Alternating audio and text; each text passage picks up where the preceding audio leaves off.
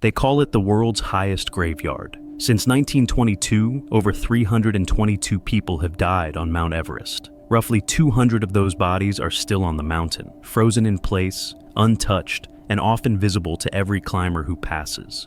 The death rate hovers around 1%, but once you cross 8,000 meters into the death zone, even the smallest mistake can turn fatal. Hypoxia, exhaustion, frostbite, and falls are just part of the risk. Some collapse just meters from the summit, others never make it back from the top. So, what are the 6 most horrifying deaths ever recorded on Everest? Frances Arsentsiev stands out as one of the most haunting tragedies on Everest, not just because of how she died, but because of how long she remained visible to the world. Her journey starts in May 1998, alongside her husband Sergei, with one goal in mind: becoming the first American woman to summit Mount Everest without bottled oxygen. They begin their ascent from the Tibetan side via the North Col North Ridge route. It's a technical climb, and without supplemental oxygen, every breath gets harder the higher they go. But Frances is determined. She's already tackled Mount Elbrus and Denali, and now she's chasing the ultimate prize. Between May 17th and May 19th, they made 2 attempts to reach the summit. Both times, they fall short, first due to exhaustion, then because of poor weather and failing equipment. Still, on May 22nd, they went again.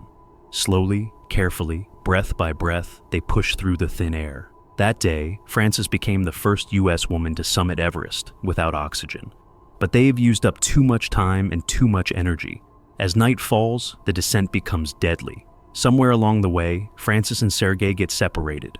Only Sergei returns to their camp. Realizing his wife is missing, Sergei doesn't wait. He grabs an oxygen tank and extra supplies and climbs back up, searching in the darkness and freezing air. Meanwhile, other climbers spot Frances the next day on May 23rd. She's still alive, but barely. Her face is frostbitten. She can't move. She's clipped into a fixed rope, but slumped and weak, drifting in and out of consciousness. The Uzbek climbers who find her try to help. They offer oxygen. They even try to move her. But they're running out of supplies and strength themselves. They're high in the death zone, where the air itself is killing them. They have no choice. They leave her behind. The next day, she's still there, still clinging to life. She whispers her last words before slipping away. Her body stays in that same spot, sitting upright and roped in, her face pale, her arms frozen in place. Climbers start calling her the Sleeping Beauty of Everest. For nearly a decade, she remains visible to anyone heading toward the summit from the north. Her husband Sergei never returns. A year later, his body was found lower down the mountain. He died trying to save her. Frances's body becomes a landmark, a painful reminder of the cost of ambition on Everest. In 2007, climber Ian Woodall led a team to move her remains. Not for profit, not for publicity, just to give her dignity. They shift her off the main route and cover her body, finally giving her a resting place away from the eyes of strangers. But even now, her story still echoes across the mountain. In 1924, 2 British climbers vanished in the clouds, sparking a century of speculation. George Mallerie and Andrew Sandy Irvine were chasing the summit almost 3 decades before Hillary and Norgay officially reached it. On June 8, 1924, the 2 men were last seen just 800 feet below Everest's peak. Then, they disappeared. No radio, no sign, no return. They were climbing with early oxygen equipment, big, heavy cylinders weighing nearly as much as a child. That day, they were pushing through the northeast ridge, but the weather turned without warning. A sudden drop in barometric pressure swept through the mountain. It was what modern climbers call a snow bomb. The air got thinner, the winds howled. The summit, already towering at 8,848 meters, now felt 200 meters higher because of the pressure drop. That shift alone could trigger hypoxia, a condition where your brain stops getting enough oxygen. Your vision blurs, your muscles lock up, you make bad decisions. It's silent and invisible, but it kills fast. According to expedition records later analyzed by climber and researcher Graham Hoyland, the weather window slammed shut while Mallerie and Irvine were still climbing. A drop of just 6 millibars is enough to cause serious problems. On that day, the pressure dropped by 10. They were already in trouble, and they didn't even know it. Their clothing, made of silk, cotton, and wool, offered no real protection against what was coming. No down suits, no high-tech boots. Just thin layers and courage. For years, people wondered, did they make it to the top before they died? In 1999, Mallory's body was found at 8,170 meters, frozen, face down, with a broken leg and rope injuries around his waist. The way the rope was tied suggests they fell while still roped together. Some think they slipped during the descent. Others believe the weather overwhelmed them as they approached the summit. His goggles were in his pocket, meaning he may have been climbing in low visibility or nightfall. But one key item was missing, a photo of his wife, which Mallory had said he'd leave at the summit. It was never found on his body. The most critical clue, Sandy Irvine's camera, was also missing. That small box could have settled the debate once and for all. Did they make it? Did they snap a picture at the top? But Irvine's body was never recovered. Until recently, perhaps. In 2024, nearly 100 years after the climb, a boot with a foot inside was discovered on the central Rongbuk Glacier by Jimmy Chin's expedition team. The sock stitched with A.C. Irvine left no doubt. It belonged to Sandy. This could lead to finding the rest of the body and the camera. Until now, every few years, climbers and researchers went back to the mountain, searching for Irvine's remains. In 1933, someone found an axe near the summit that likely belonged to him. In 1936, a mountaineer believed he saw two bodies through a telescope. In 1975, a Chinese climber claimed to have seen one too. These scattered sightings fueled the myth. Then, in 1999, Hoyland's team finally found Mallory. Now, with the boot discovered in 2024, the mystery flares up again. Even if the camera is recovered, and even if it contains a summit photo, the truth might remain blurry. But the death was real. Mallory's body had rope marks around the waist and signs of a violent fall. His hands were outstretched, as if trying to break the fall. It was a slow-motion disaster, locked in the ice for 75 years. And Irvine, his body's still missing.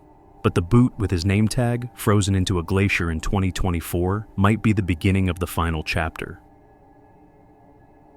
A few meters below the main northeast ridge road, there's a small limestone alcove. For years, climbers pass by without even slowing down. Inside it lies a body curled on its side.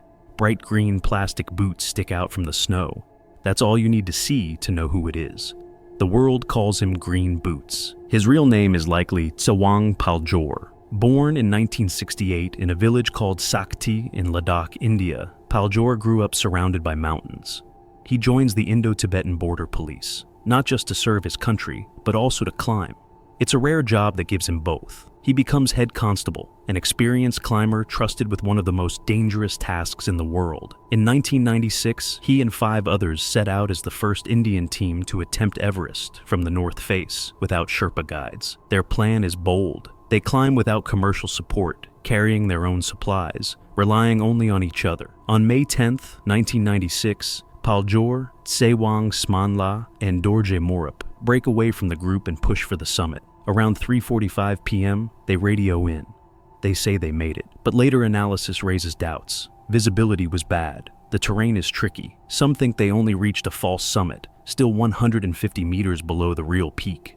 Then, silence. A blizzard slams into Everest just after their message. Wind speeds roar to 100 kilometers per hour. The temperature drops below minus 40 degrees Celsius. That night, the 3 climbers don't return. Their teammates see faint headlamps flickering near the second step, but nobody comes back to camp. By morning, they're gone. Later, climbers find a body beneath a rock overhang. The man is lying on his left side, knees tucked, arms folded under his chest. His bright green koflach boots are still visible. His face is obscured by ice and snow. Oxygen gear and a small pack sit nearby. For over 20 years, climbers call this spot Green Boots Cave. They rest there, check their oxygen tanks, or simply pass by without stopping. Some even crawl over the legs to continue upward. For years, people assumed this was Tsewang Paljor, but there's a twist. Another ITBP officer believes the body actually belongs to Dorje Morup. According to his 1997 report, Japanese climbers on the mountain that day reported seeing Morup alive, frostbitten and weak, near the second step. One Sherpa even claims he saw Paljor later, higher up, but delirious. When the Japanese group descends, they spot Morup again, below the first step, struggling. He disappears shortly after. This leads to a theory. Morup made it back part way, collapsed under the boulder, and died. Paljor may have fallen down the Kangshung face, one of Everest's deadliest cliffs, never to be seen again. As of 2024, no one has confirmed either identity with certainty. But the man in the cave, whether it's Paljor or Morup, is still there. In 2014, the body disappears for a while, leading some to believe it was removed. But by 2017, it reappears. More rocks cover it now. Maybe someone tried to make the body less visible. Still, those boots, they stick out. They always have. But if green boots is Everest's quiet marker of tragedy, Doug Hansen's death in the same year is its loudest warning. His story plays out in real time, in one of Everest's most infamous disasters. Doug Hansen is a postal worker from Seattle. He's 46 years old when he joins the 1996 expedition, led by New Zealander Rob Hall. Hansen's not rich. He mortgages his house. He works 2 jobs. He gets help from local school kids who give him a flag to plant on the summit. Hall believes in Doug and gives him a discount. It's his second attempt. He got within 300 meters of the top the year before, but had to turn back. In 1996, Doug trained harder. He spends weeks acclimatizing, but he still struggles. He deals with throat issues. He complains about not eating. He's tired, and he knows the risk. He's already lost toes to frostbite in 1995. Still, he goes for it, because for him, this isn't just a climb, it's everything. On May 10th, he reached the summit of Everest with Hall, but the time is 4 p.m., 2 hours past the safe cutoff. A storm's coming in, the temperature's dropping, visibility is fading. They turn back too late. Hansen starts to struggle right after the Hillary step. He runs out of oxygen. His body slows down. His speech becomes slurred. Hall tries to help, but Doug can't move. They're near the south summit now, and Hall refuses to leave him. Andy Harris, another guide, tries to bring oxygen, but by then, it's already too late. Hansen collapses somewhere below the south summit. Nobody sees him fall, but it's believed he slipped, possibly tumbling over 2,000 meters down the Kangshung face. His ice axe is found later, buried in the snow. His body isn't found for nearly a decade, until 2005, when climbers spot it far from where he was last seen. Doug Hansen dies on Everest, trapped between ambition and exhaustion. He was a working man, not a pro athlete, not a celebrity climber, just someone who dreamed of the top and paid the price for chasing it. But he wasn't the only one who didn't make it down that night. Scott Fischer, one of the most experienced guides on the mountain, also doesn't return. He's the founder of Mountain Madness, a man who summited Everest 2 years earlier without oxygen.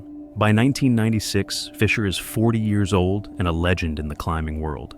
He's tough, charismatic, and known for pushing his limits. But on May 10th, the same day Hansen dies, Fischer's strength finally breaks. That day starts with blue skies and high hopes. Fischer's team, along with Rob Hall's group, launches their final summit push from Camp 4 at the South Col, sitting at 7,925 meters. Everything goes slower than planned. Climbers get delayed, ropes aren't fixed, traffic jams form near the Hillary step. Fischer is dealing with illness, altitude fatigue, and the pressure of leading clients to the top. But he keeps moving. He summits Everest at 3:45 p.m., nearly 2 hours past the safe turnaround time. He stays for about 20 minutes, then starts descending. But something's off. He's stumbling. He's falling behind. He's using oxygen but still can't keep up. The thin air and overexertion catch up to him. By sunset, he's exhausted, sick, and barely able to walk. Lopsang Jangbu, the team's lead Sherpa, tries to help Fischer descend, but Fischer collapses near the south summit. They're now deep in the death zone, above 8,000 meters. Oxygen is almost gone. The cold is biting through their clothes. Fischer tells Lopsang to descend and get help. Later that night, Anatoly Bukriv, another guide from Fischer's team, makes a solo rescue attempt. He finds stranded climbers, brings them back one by one, but can't reach everyone. He finally locates Fischer again. His oxygen mask is empty, his hands are bare, his down suit is open. One arm is outside the fabric. These are signs of paradoxical undressing, a symptom of advanced hypothermia when the brain becomes so confused it tells the body it's overheating. Fischer is fading. He died sometime in the early hours of May 11th, near the South Col. Colonel Bukriv moved his body off the main route and covered his face with snow. Fischer's last climb ends right there, not far from where his clients make it back alive. His body remains on the mountain, frozen into the slope he loved.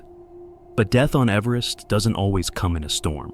Sometimes it comes quietly, while others walk by. In 2006, David Sharp tried to summit Everest alone. He's 34 years old, a former engineer from England who has already climbed Cho Oyu without oxygen. This time, he picks the cheapest climb available. No guide, no Sherpas, no support above base camp, just a permit and a backpack. He carries limited oxygen and doesn't use a satellite phone. He wants to climb the pure way.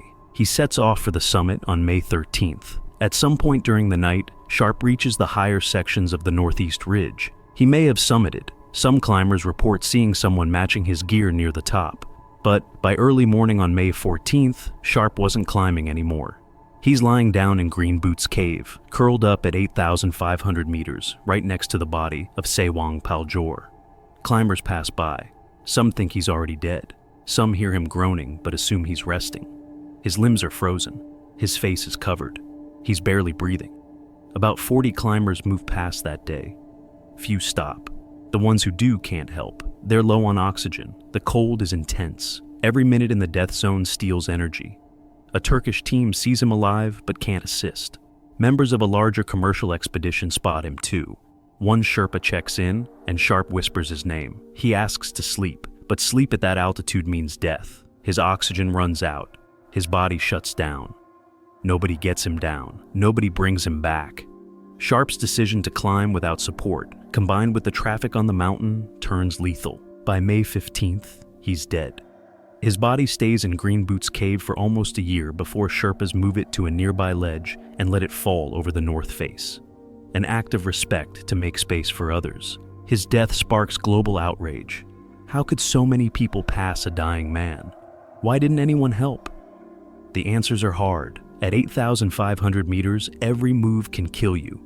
Helping someone down means risking your life. Many climbers aren't trained for rescues, and in Sharp's case, there were no radios, no guides, no team to call for help. The criticism isn't just for the climbers, it's also for the system. Everest has become crowded, commercialized, filled with people chasing summits more than safety. Sharp believed other climbers would be nearby if things went wrong.